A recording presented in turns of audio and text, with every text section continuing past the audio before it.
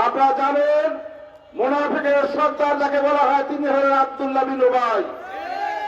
আর BNP যা শুরু করেছে তা যদি তা থেকে তারা সরে না আসে, ভবিষ্যতে গোটা বিশ্বে মুনাফিকে বলে যদি কোনো দলকে চিহ্নিত করা হয় সেই দলের নাম হবে বিএনপি। সংগ্রামী ভাইয়ের আমার, লজ্জার একটা লজ্জা থাকা উচিত। মানুষ দুই একজনের সামনে কথা বলে সেই কথা যদি ফেরত নেয় তাও লজ্জা পায়। বিএনপি গোটা বিশ্বের মিডিয়ার মাধ্যমে 800 কোটি মানুষকে সাক্ষী রেখে যে ওয়াদা করেছে সেই ওয়াদা থেকে তারা সেই ওয়াদাকে আজকে ভুলে যেতে বসেছে। জনগণের সাথে প্রতারণা শুরু করেছে।